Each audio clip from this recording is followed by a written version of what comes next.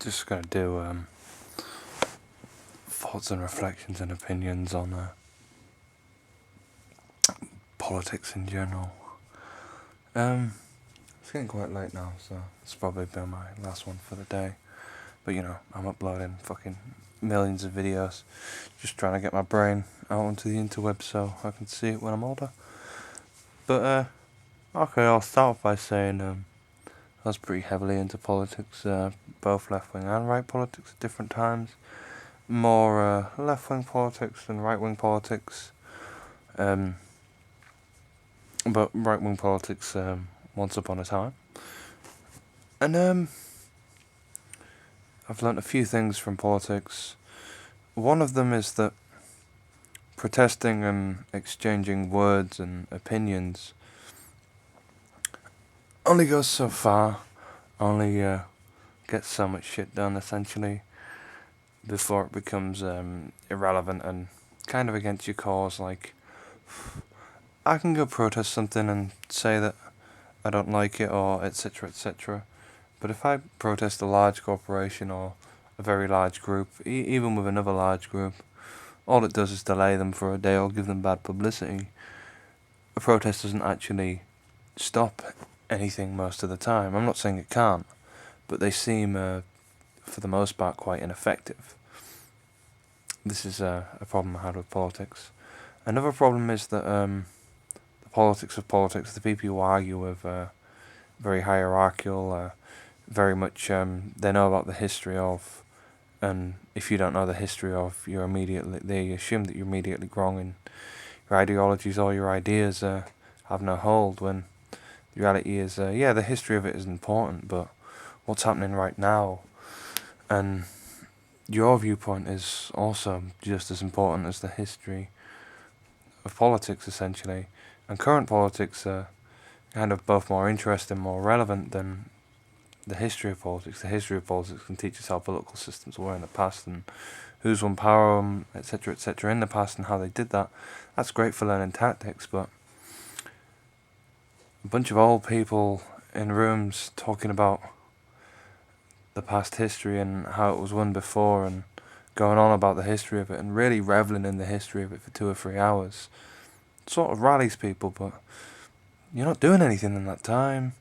You could have a 5-minute speech that rallies people and get on with an action, rather than talking about the history of something because you want to intellectually masturbate together. So for me, I find a lot of meetings that different political parties hold to be a waste of time and irrelevant. I think with a lot of protest movements,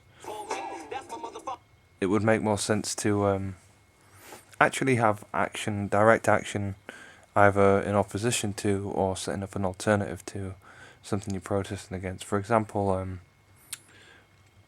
a lot of protests against the BNP, a lot of protests against right-wing nationalism in general, probably because of what happened with the German Nationalist Socialist Workers' Party many years ago, the Nazi Party. And I mean, these protests, show loads of people. They're good because they show a lot of people over the internet and through social media and such that they can have these opinions and that I'm not alone in these opinions. Outside of that, though, I mean, it doesn't really change these people. It doesn't get rid of anyone in power. It just opens up the floor to endless discussion, and it seems like progress, this endless discussion. But in reality, you win the hearts and minds of people, perhaps.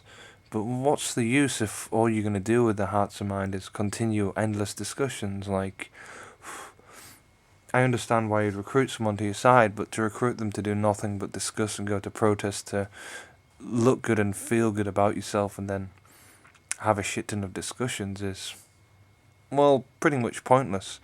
We might as well just talk about something else that's relevant to our real lives, like our work, essentially, or like our hobbies, and then go do those because we know we're actually going to do that. I can't, bitch out about everyone. There are people who set up alternatives, people who set up squats, legally and illegally. A few of these, well, not, yeah, a few, I guess is the right term, because not the majority of them seem to do like community projects and little outreach. Now that is to me a lot more useful than protests and meetings and endless talk about your ideologies. I mean, everyone in the meeting knows what their ideologies are.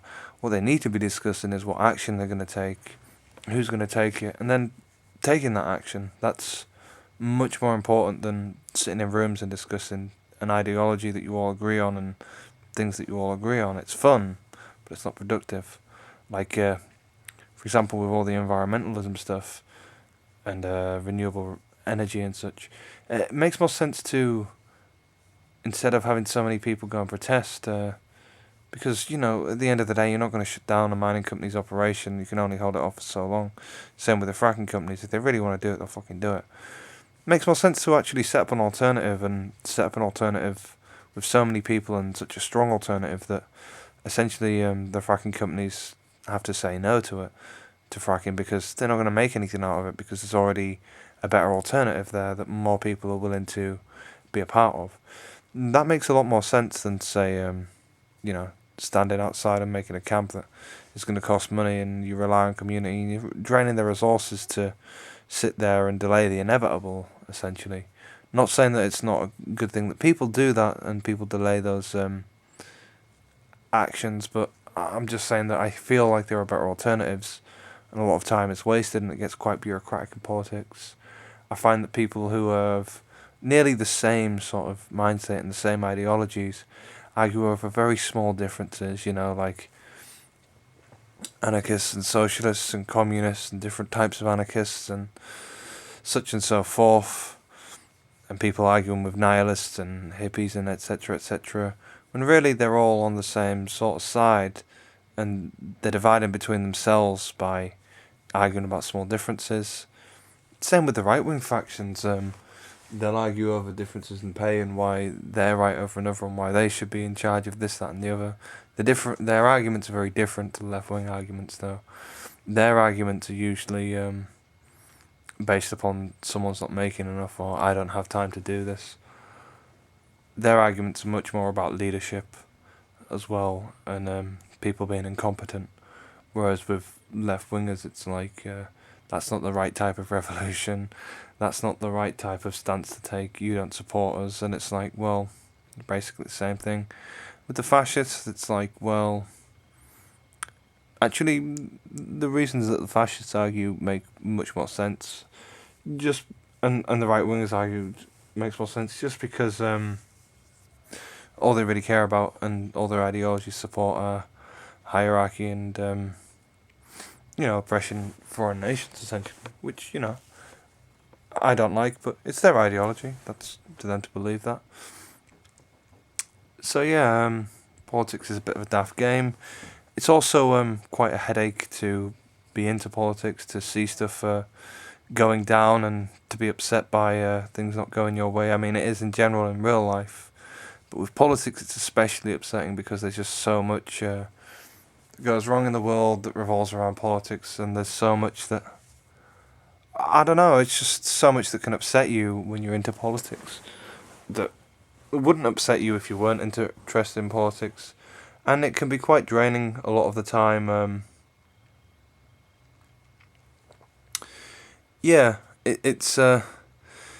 It's a very draining thing. You end up going to a lot of meetings, you end up going to a lot of things that you just don't see anything from, making events that people don't appreciate and say you could have made that better, and it's like, well, I made that event and you turned up, and now you're dissing me for making the event because I haven't done this or I haven't handled this very well. Why don't you go make a fucking event? Why don't you do it instead of criticising my shit? But that is something that happens just in general with doing anything in life. People will criticise you. The more active you are and the more you do, you get a lot of recognition, but you're gonna face criticism. That's the truth of it.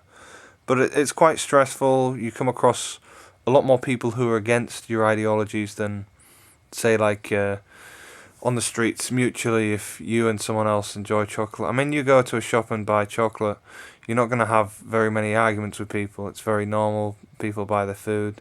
No one really cares. No one goes to a supermarket to argue. You get into politics and you get into a room of people who have opposing views to you.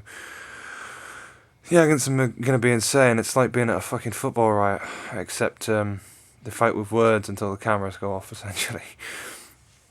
But politics is pretty stressful. A lot of legal issues come along with politics. A lot of issues with if people have different politics to you, they'll can fuck you around in real life. That shit will follow you. So yeah, politics can be quite stressful for that reason. But actually, a bigger reason why I'm not as interested in politics now is because it's kind of all bullshit in a way. Like, I mean, people in better off countries, Western countries, and such should still argue for politics, still try and make us fairest system as they can worldwide. But in countries where they're very poor and they don't have much money or they're barely surviving, even like gender politics, like politics of, say, like violence, politics around domestic violence, politics about this kind of shit, politics in general, any kind of social thing, doesn't fucking matter to them. They couldn't give a shit what happens. Like, these people are facing people shooting them and kidnapping them. They don't give as many fucks about it as we do, because unlike us who have sometimes, like, Westerns will have this thing happen to them and they'll come out of it. They are constantly in it. Like, it's less important to them what happens to them day to day than it is them surviving day to day, because the survival instinct is just so fucking strong. And like, you go to a bad country and like, so racial politics, say if I just go around the street and if I go to a hood and just call everyone a fucking nigger, they're gonna look at me like, what the fuck are you talking about? People in much less empowered countries probably couldn't give a fuck what you say to them if you're gonna help them survive. If you're not gonna help them survive, they'll probably just walk away and do their shit, because they don't give a fuck about the politics of it. Same with like being vegetarian or such. Not everyone has that option everywhere along the world. And if you go and sit down with them and say, "Oh, I'm a vegetarian," they'll probably look at you and be like, "What the fuck's that? Here, eat this." You'll be like, "No, I'm a vegetarian, I can't." And they'll just go, "All right, well, you're probably gonna die," and then continue eating their food, because they couldn't give a fuck. Not because they're evil people, but because they have much bigger issues. And I think there are bigger issues that, whilst they are sort of revolved around politics, politics might not be the solution. Like with the war in the Middle East and like different wars in the world and different conflicts, political pressure isn't going to change much. Protest movements aren't going to change much unless they get very significant and people take real action against the powers that be to change what's happening out there. It's not really going to do much. Realistically, with a war, somebody wins and somebody loses. People protesting against wars isn't going to work forever. There's a certain point, and there's some wars that you can protest against and they'll stop temporarily, but they'll go back to warring because, they need those resources. They need this shit. And they want this shit. That's just how it is. They want it, they'll take it. You can argue against a lot of wars, but you can't fight against every single war that happens in the world through political means. That's just a reality of warfare. Anyways, I think I'm babbling on a bit about politics. I guess it's a subject close to me. I've had a lot of experience and time invested into. Yeah, sorry if I sounded a little bitter with that, but I just want to be more realistic with the stuff I do, and if I'm going to do something for a political aim or any aim in life, it makes sense to go the most efficient route I can, rather than do the route that's accepted or the route that other people seem to do or enjoy, or other people will rally with me. Makes more sense to be that loner who's looked down upon, who was more effective with what they did, if I care about that thing, than to be the person that people look at and go, "Oh, well done, you're doing a very good job being inefficient. I'm proud of you."